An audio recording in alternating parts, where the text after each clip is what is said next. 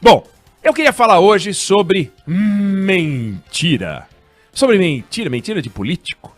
Muito difícil, né, a gente descobrir mentira de político. Mas eu queria falar de mentira de político por contando uma história, né, lembrando de uma história. Eu queria... Nós temos o som da mentira, não? Nós temos o áudio de uma mentira aí, não? Ou não? Ainda Acho não. que não. Ainda não tem problema. Mas, vamos lá. Talvez eu tenha mandado e não chegou, ou talvez eu tenha feito algum erro na hora de mandar, mas não tem problema.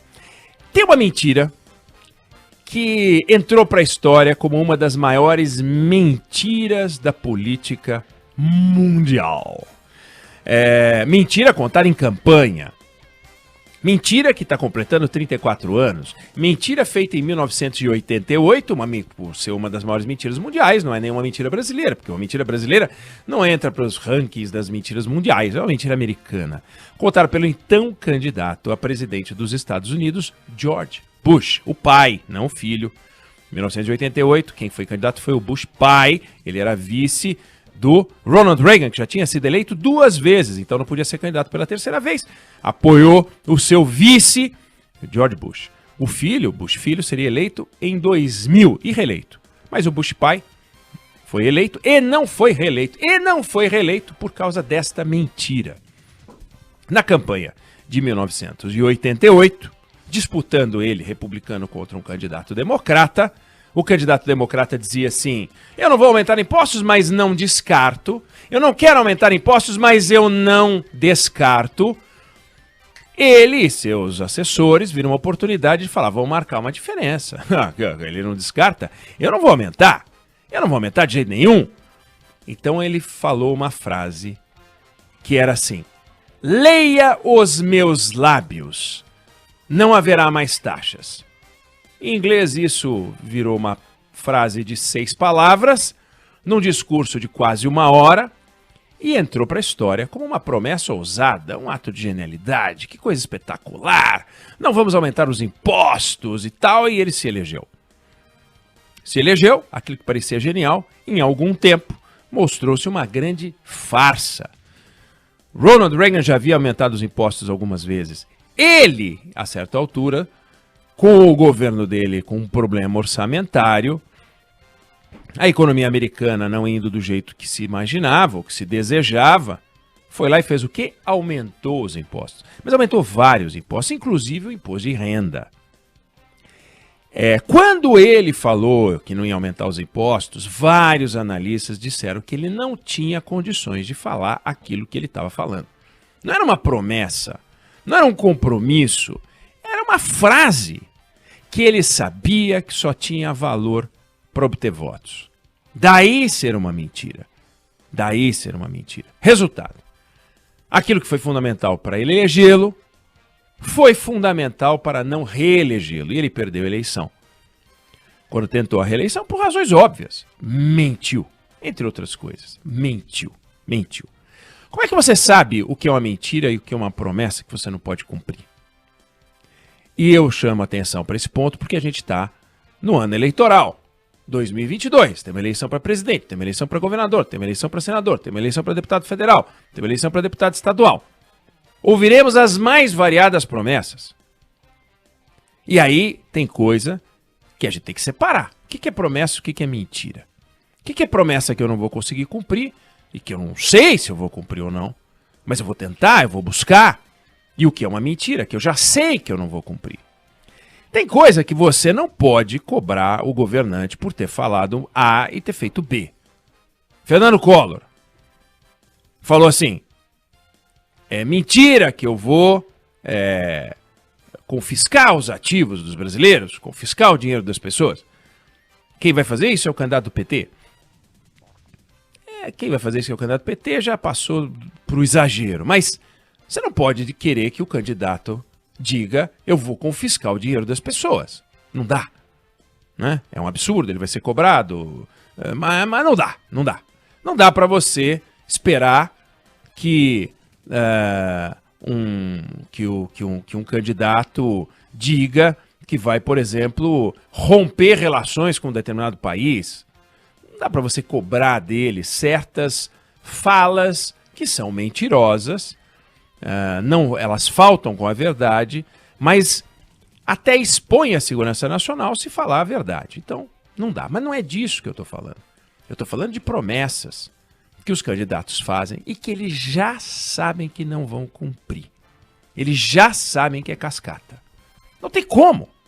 2014, o quadro da economia já mostrava que a situação brasileira não era boa.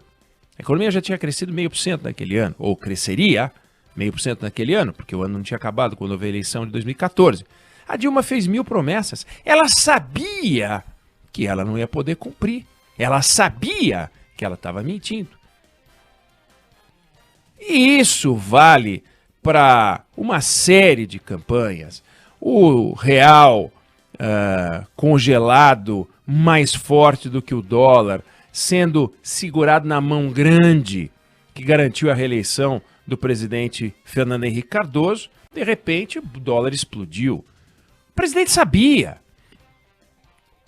que a situação não era confortável e, portanto, as promessas e as falas continham grande número de inverdades.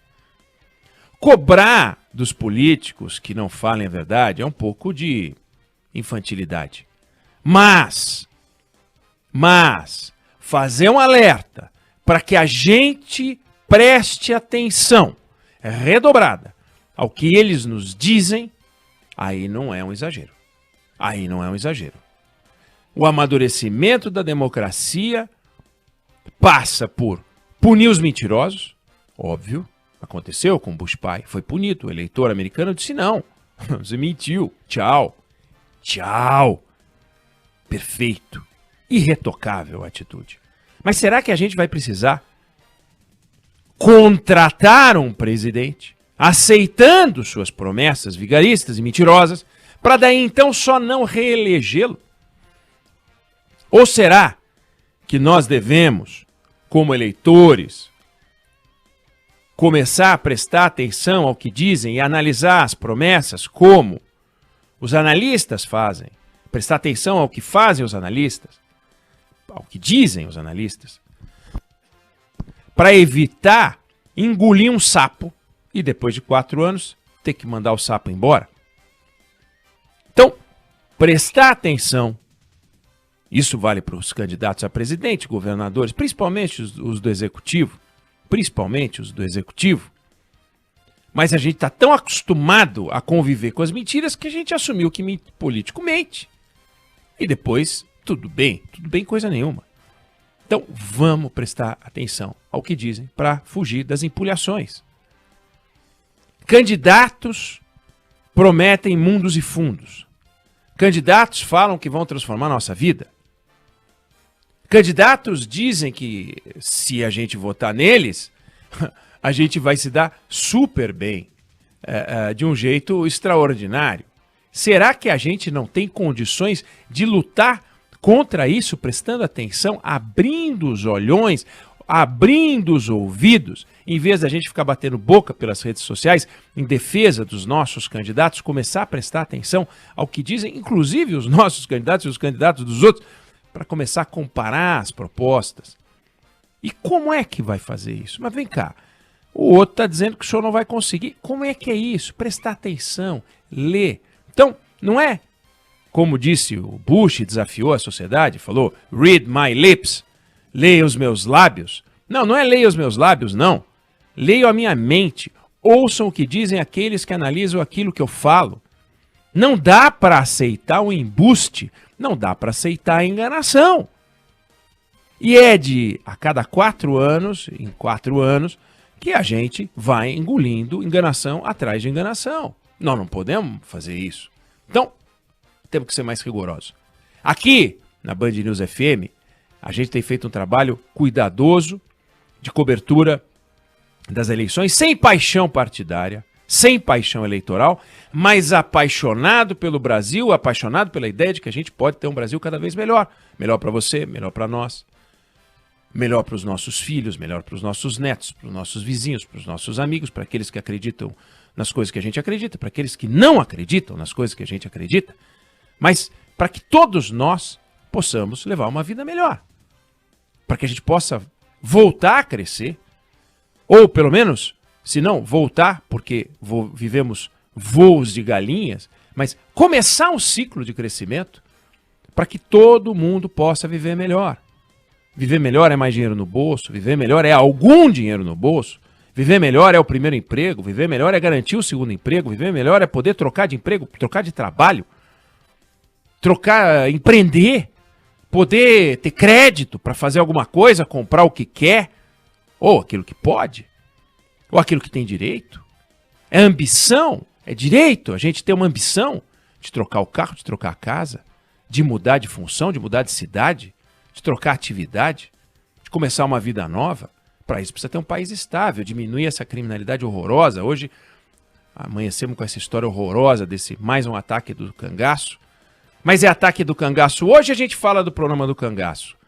É ataque da quadrilha do Pix, a gente fala do Pix. É ataque da quadrilha do Tinder, a gente fala da quadrilha do Tinder. É ataque da quadrilha dos entregadores, a gente fala dos entregadores. Nós estamos cercados. A gente quer se livrar disso. Quem é que vai resolver esse problema da criminalidade? Todos os candidatos a governador vão dizer: não, no meu governo, se eu entrar. No meu governo, se eu continuar. Como? Se você vai continuar? Vai continuar como tá. Mas você vai entrar, vai fazer o quê que o outro que está aí não fez? Ou o outro que está aí é um idiota?